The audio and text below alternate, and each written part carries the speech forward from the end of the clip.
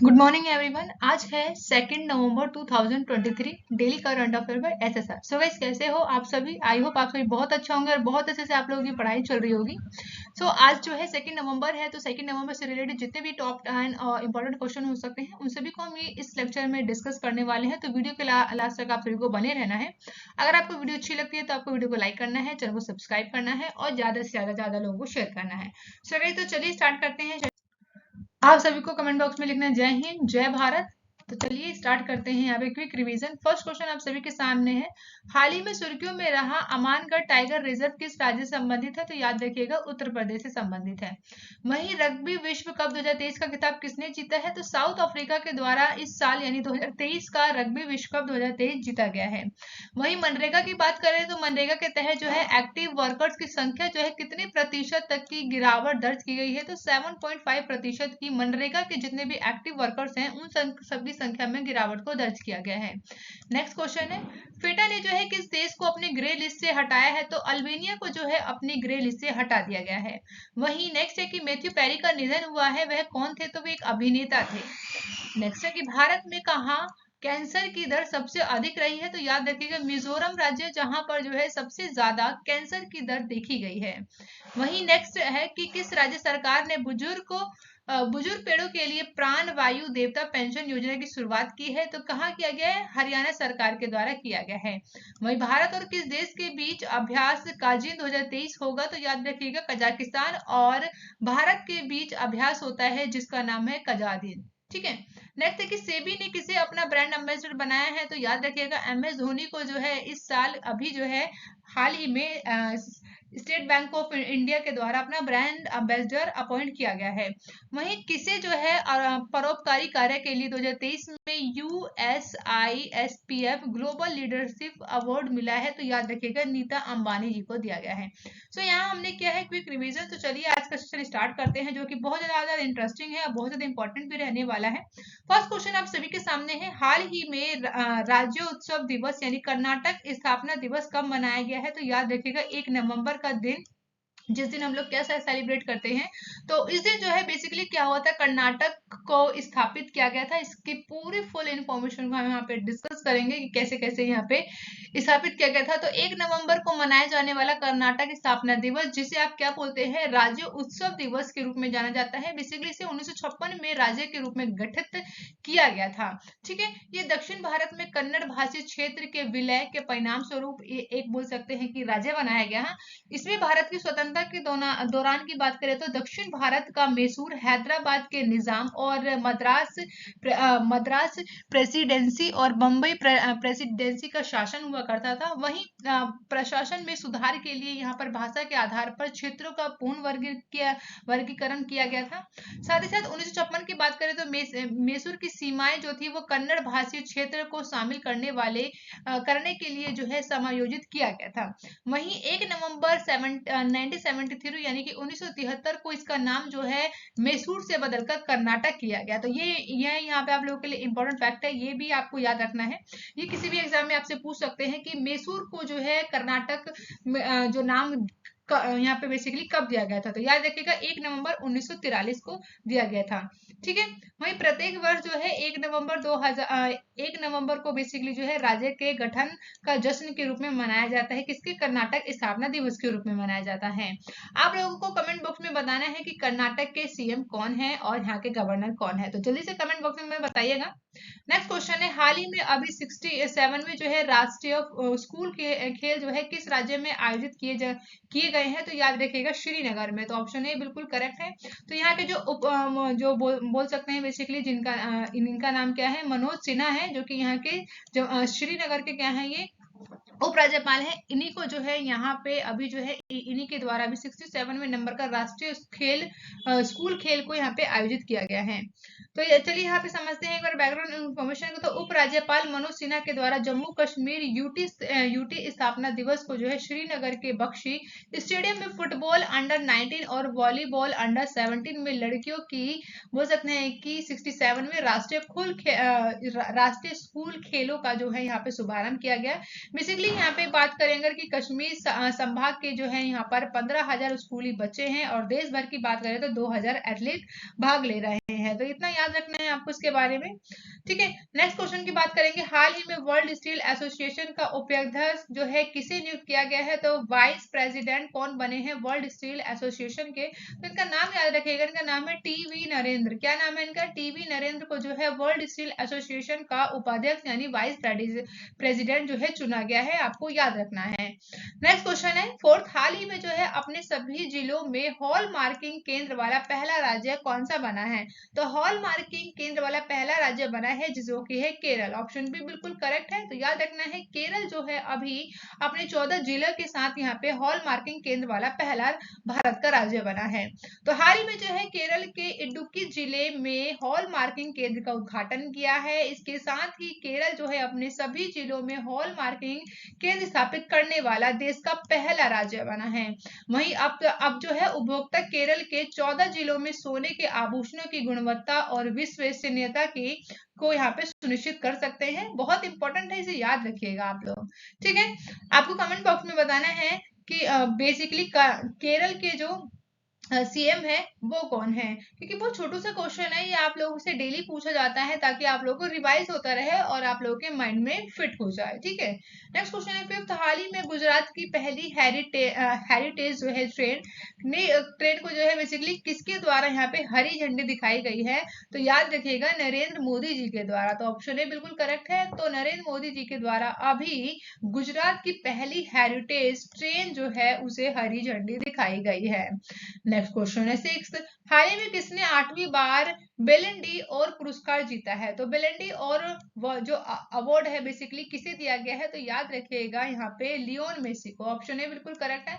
तो Lionel Messi की बात करें तो इनको जो है इस बार जो भी ये दिया जा रहा है जिसका नाम है अवार्ड का, ये है बेलन डी और पुरस्कार जो कि 8वीं बार मिल रहा है। तो याद रखिएगा ये कितनी बार दिया जा रहा है इन्हें? 8 बार इन्हें अब तक ये मिल चुका है। तो चलिए समझते हैं एक बार इसकी बैकग्राउंड फॉर्मेशन। तो फुटबॉल के दिग्गज है जिनका नाम है लियोन मेसी, एक बार फिर प्रतिष्ठित बेलोन डी और पुरस्कार जीत लिया है इन्होंने। मेसी को जो है 8वीं बार ये पुरस्कार दिया जा रहा है। इसकी बात करें अगर इसमें तो मेसी जो है बेलोन डी और पुरस्कार जीतने वाले पहले LMA खिलाड़ी बन गए हैं। वहीं इंटर मियामी के मालिक और फुटबॉल के दिग्गज खिलाड़ी डेविड बेकहम ने मेसी को ये सम्मान दिया है।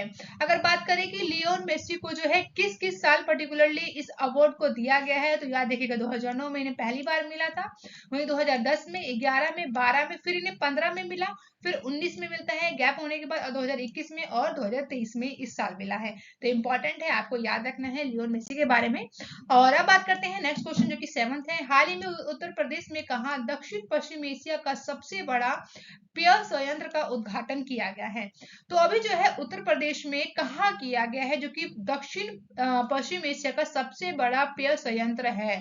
तो याद देखिए कहाँ पर किया गया है, आपको याद रखना है यहाँ पर अमेठी में। ऑप्शन डी बिल्कुल करेक्ट ऑप्शन है। तो अमेठी में जो है पर्टिकुलरली अभी उत्तर प्रदेश का जो जिला है यहाँ पर एशिया का सबसे बड़े पेय संयंत्र का उद्घाटन किया गया है।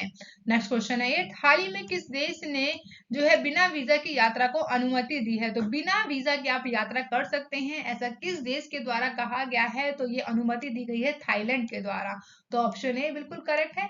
आपको थाईलैंड की यहाँ पे बेसिकली आपको बतानी है कि कैपिटल क्या है और यहाँ के PM कौन है, ठीक है। तो आपको बताना है दोनों क्वेश्चंस को आंसर, ठीक है। नेक्स्ट क्वेश्चन की बात करेंगे जो कि 9 है, हाल ही में अंतरराष्ट्रीय सौर गठबंधन सभा का 6ठा सत्र कहाँ शुरू हुआ है? बहुत इंपॉर्टेंट क्वेश्चन है, आप लोगों को बिल्कुल यहाँ पे फोकस करके सुनना है। तो अंतरराष्ट्रीय सौर गठबंधन सभा का 6ठा बोल सकते हैं कि सत्र जो है कहाँ शुरू किया गया है? याद रखिएगा नई दिल्ली में। तो ऑप्शन ए बिल्कुल करेक्ट है। तो नई दिल्ली में बेसिकली अभी जो है इंटरनेशनल सोलर अलायंस का यहाँ पे आपको याद रखना 6th जो यहाँ पे 6th सेशन है वो यहाँ पे शुरू हुआ है। तो चलिए एक बार बैकग्राउंड इन्फॉर्मेशन को समझेंगे बिल्कुल डिटेल में, ठीक है, ताकि कोई भी आपको डाउट ना रहे।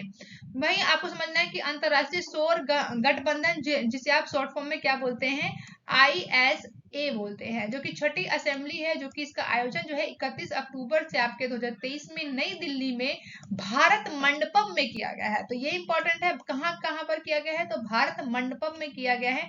और इसकी अध्यक्षता की बात करें तो केंद्रीय विद्युत एवं नवीनीकरणीय ऊर्जा मंत्री, जिनका नाम है आर के सिंह। क्या नाम है इनका? आर के सिंह के द्वारा इसकी अध्यक्षता की गई है, जो कि अंतरराष्ट्रीय सौर गठबंधन है। वहीं जो है हम लोग यहाँ पे शॉर्ट फॉर्म में बात करेंगे, जो कि क्या है, आपको याद रखना है ISA। ठीक है, तो ISA जो है छठी असेंबली, जो कि 20 देशों के मंत्रियों और 116 सदस्य तथा हस्ताक्षरकर्ता देशों के प्रतिनिधियों ने इसमें भाग लिया है।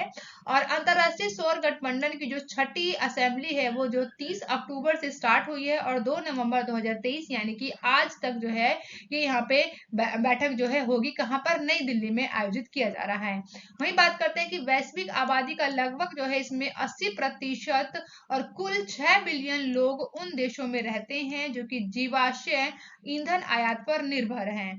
बेसिकली आपको इतना पता होना चाहिए। साथ ही नवीनीकरणीय ऊर्जा स्रोत 2023 तक जो है विश्व की कुल विद्युत जरूरतों को जो है 65% आपूर्ति करने और 2050 तक बेसिकली हम क्या करेंगे, विद्युत क्षेत्र के 90% का डीकार्बोनाइज करने की क्षमता की बात की गई है कि कैसे हमें जो है नवीनीकरण के ओर बढ़ना है और 2023 तक हमें जो हम लोग इतना कार्बन को मतलब कि अपने वातावरण को इतना प्रदूषित कर रहे हैं, तो उसे हम कैसे जो है कम करके आगे बढ़े। ठीक है, तो इसके ऊपर पूरा फोकस किया जा रहा है।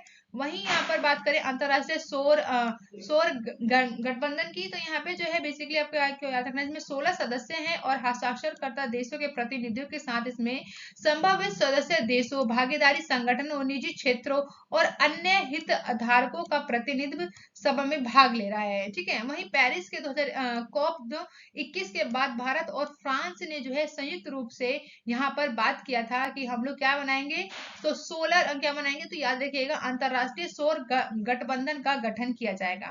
तो इंपॉर्टेंट फैक्ट है ये भी आपको याद रखना है कि आपको याद रखना है कि COP21 में ही भारत और फ्रांस के द्वारा ही इसको स्थापित करने की बात की गई थी। ठीक है, जो कि पेरिस में हुआ था आपका 2021 का। वही है कि यहाँ पे अंतरराष्ट्रीय सौर गठबंधन की बात करें तो इसकी स्थापना और सौर ऊर्जा समाधानों को लागू करते हुए जलवायु परिवर्तन से निपटने के लिए भारत और फ्रांस के द्वारा संयुक्त रूप से प्रयास के रूप में इसे शुरुआत की गई थी। वही संकल्पना की बात करें तो 2015 में पेरिस में आयोजित जलवायु परिवर्तन पर संयुक्त राष्ट्र फ्रेमवर्क कन्वेंशन के 21वें पार्टियों के सम्मेलन के द्वारा इसे शुरुआत करने की बात कही गई। किसके द्वारा? भारत और फ्रांस के द्वारा। वही अंतरराष्ट्रीय और सौर गठबंधन की बात करें तो इस साल जो है आपकी छठी सभा, जो कि 3 प्रमुख क्षेत्र है इसमें, जो कि यहाँ पे फोकस किया जाएगा, तो ऊर्जा क्षेत्र पर, ऊर्जा सुरक्षा पर और ऊर्जा संक्रमण पर, ये 3 फैक्टर रखे गए हैं जिनके ऊपर जो है इस साल चर्चा की जा रही है। ठीक है, और आपको याद रखना है यहाँ पे जो कि आपका अंतरराष्ट्रीय सौर गठबंधन है उसका मुख्यालय कहाँ है, तो याद रखिएगा इंडिया में है, क्योंकि इंटरनेशनल है तो याद रखना है आपको गुरुग्राम में है। तो पहला कोई इंटरनेशनल बॉडीज जो है ऐसा है जिसका जो है हेडक्वार्टर कहाँ पर है, आपके भारत में है, गुरुग्राम में है। इतना आपको याद रखना है। कोई डाउट हो तो आप मुझसे कमेंट बॉक्स में पूछ सकते हैं।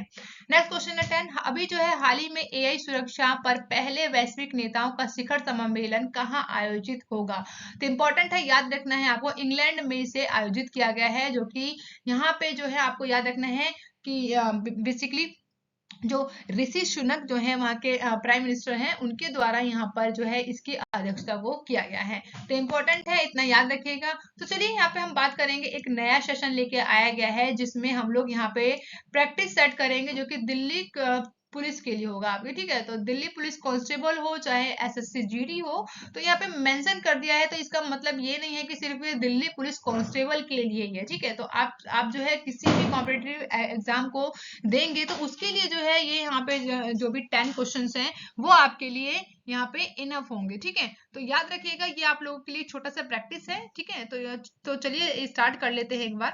तो ये आपको बताना है कि हास्य गैस का रासायनिक फॉर्मूला क्या है। आप लोगों को अगर इसका क्वेश्चन का आंसर आता है तो आप कमेंट बॉक्स में बता सकते हैं।